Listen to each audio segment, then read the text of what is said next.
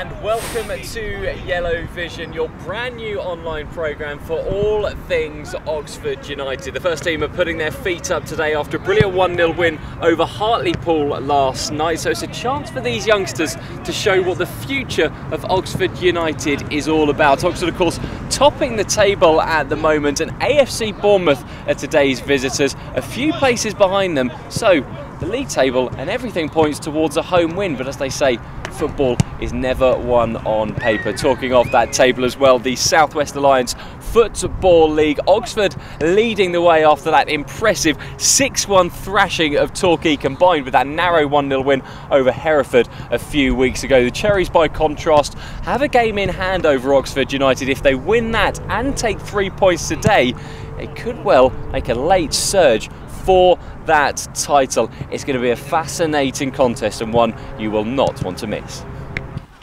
So Oxford United versus Bournemouth today, and already Oxford United breaking forward. Lovely first touch there from Hackett, pulls it back into the box, cleared away, first time snapshot on the edge, second chance for Oxford, buried it inside a minute. What a wonderful strike. Oxford United top of the table, asserting their authority over Bournemouth in this one early on. A beautiful finish.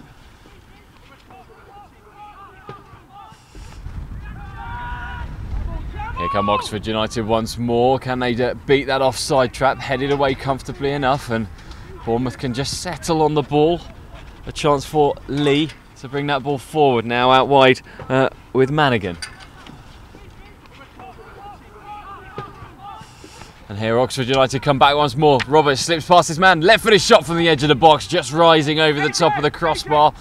That was inventive from Oxford, who went forward with pace, and I just wondered whether Roberts, who had the option, maybe just could have done a little bit better in that situation. Stays in, lovely little turn there from Lee, manages to bring the ball over the halfway line up towards Quigley, inside to Fountain, push back over the halfway line there now with Blackman. Looks long, Quigley onside. He's got Holmes in support. Holmes now edge of the penalty area, pulls it back. Looking for Quigley to strike it. Lovely right-footed shot from the edge of the penalty area there from Ben Whitfield, but sliding off the outside of his boots and comfortably wide of the goal. And now a chance, here we go, Oxford United with Roberts. Hackett on the overlap. Roberts hits it from long range and just over the top of the crossbar. Holmes looked like he had that covered, but that wasn't far away. Just maybe even shaving a lick of paint as it rose over the top of the crossbar. Had options outside him. Hackett made a lovely little run, just created the space for him to be able to get that shot away from 20 yards, but always rising.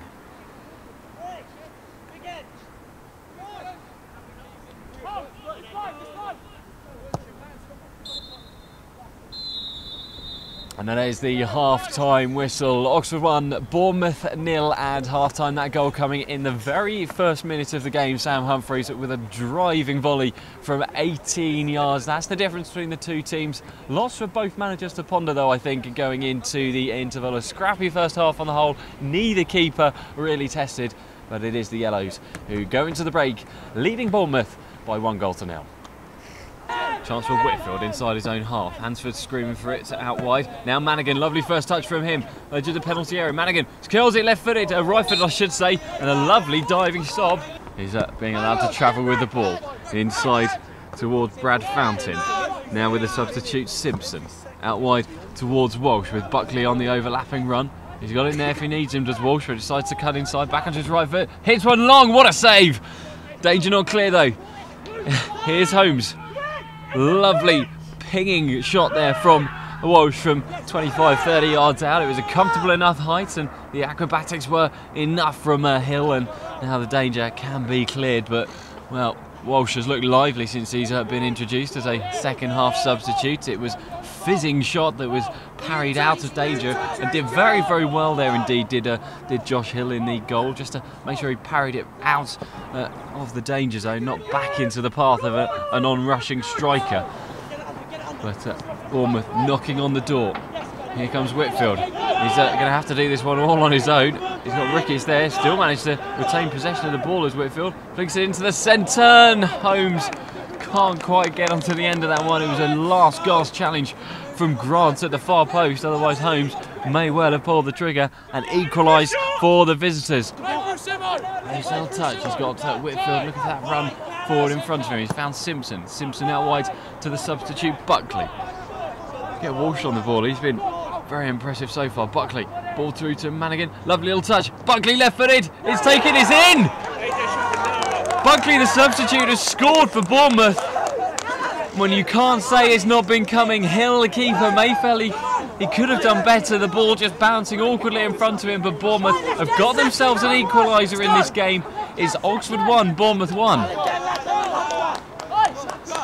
Time running out. The referee takes a quick look at his watch. They're driving men forward, Bournemouth, confident of trying to prize one in this game. It's Buckley, the goal scorer. Curls one in, left-footed, into the centre, headed on and wide of the goal.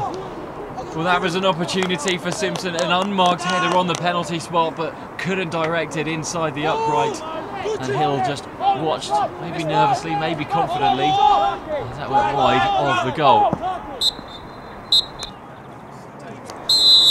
And that's the full-time score is Oxford 1, Bournemouth 1. A game of two halves probably sums that game right up, doesn't it? The old cliches and it comes out, but it was. We started off, I thought, really good. We got the early goal, and we wanted to kick on from there. Had a lot of play in the final third without really making much of it, but it was one of those come out second half, keep going, and to be fair, Bournemouth did really well. That early goal, did it help you or not? It's always that one. If you score early enough, you think, does it really count? It's still a 0-0 game. I think you would hope it does, because then you think it's a catalyst to go on and get the second and the third to really put the game to bed. But it didn't really happen. But you think if you score early enough, you could go and build up from it. What changed in the second half for you guys? I think Bournemouth, basically, they upped their game. They kept the same shape, but they worked hard. They pressed us as we tried to do them, and they moved the ball around a lot better. They started playing their game, which was frustrating for us, and we couldn't implement our game pattern. But full credit to Bournemouth there with the draw. Bournemouth have that lovely passing style where they pass it out from the back. You seem to take advantage of that on a number of occasions, pressing really high at the pitch. Did you feel like that was a real opportunity where you could catch them out? Yeah, we realised that Bournemouth liked to play that way, so we tried to press there, mainly the fullbacks, let the fullbacks get it and press from there and build up in that situation. Second half they did really well with the deep man getting on the ball, but I thought we did it well first half. Second half we didn't do it too well. And the goal, when it came for Bournemouth, Josh slightly angry at what he maybe could have done a little bit better. It just bounced awkwardly, didn't it? Yeah, it's one of those. Is it the goalkeeper? Is it the pitch? But it's from a distance. I thought my midfielder could have slided across a bit better. It bounced over Josh. It's one of those. I'm giving it a little bit of credit to the goalkeeper for once. And is it 2 points dropped this game? It is. It's all about development for the youth team, but they want to go and win it themselves. They're not far off it, and it is. I think Bournemouth, everyone tried. Both teams tried to win the game, but it's 2 points lost for us as a point to a game. So you've got a couple of weeks off now, and then 3 games before the league closes. Are you looking at the title, or are you just looking at how these boys are developing in the minute? It's more on development. And then if you can get a few wins or a few trophies along the way, then it's all very well. But in saying that, we've got a game Tuesday. We have Cheltenham, so that'll be another one. There's 3 games there. We have Cheltenham, Plymouth, and then Bristol Rovers, and hopefully it'll go to the last game like it did last season. Game of two halves probably sums that one up, doesn't it? No, we was really sloppy first half. Whether it's the journey, the early start, but. Obviously to go a goal behind in the first minute wasn't ideal, and we were just off the pace, just half a yard off everything, whether it's closing down in possession. But the credit to the lads, they come back the second half, and I thought we controlled the game well, on a bobbly pitch. We try and play a certain way, and we kind of do that through whatever kind of conditions we come up against. So credit to the lads to keep going through some tough conditions. Playing one up front for the game, you put a lot of emphasis on your passing football. Mm-hmm. It seemed to be working in the first half, but that last end product wasn't quite there. What did you try and do to improve it in that final third of the pitch? I think that was the one key thing. I think obviously we look at, like you say, we try and play a certain way, and the pitches that we've come up against are, it's not ideal for us kind of thing. But we're at the club to teach them the right way, so that when they go higher, it's all the same all the way through kind of thing. So it'd be very easy for us to suddenly just go long and try and win second balls and things like that, but that's not why we're here. So I think we just had a collective talk about, you know, taking more care of the football, looking after it when we was under pressure, and just relaxing on it really. Because if you're playing football with and you're nervous and stressful, then you're going to give the ball away. So we emphasised that at half time, and you know, thankfully the lads took it on board. You know, we got a little bit more work rate out of them, which you need as a minimum these days, and we had some good quality, like I said, on a real tough pitch. And the substitutes really seemed to make a difference in that second half, including a rare goal. Yeah. I mean, you know, it's you know, we're glad we got the goal. It's a good goal as well from Callum. But I mean, you know, since we come in, we've only had a short space of time to see everyone. You know, there've been, you know, obviously some players that on another day may have started today, but you know, like I say, we've got to see everyone because it's a big time of year for second years. With contracts and so forth, but yeah, like I said, you know, pleased to get the goal. Could have won it towards the end, but I was pleased the way we controlled the game second half. Could have been a bit more dynamic in the final third, but you know, some good positives to take forward.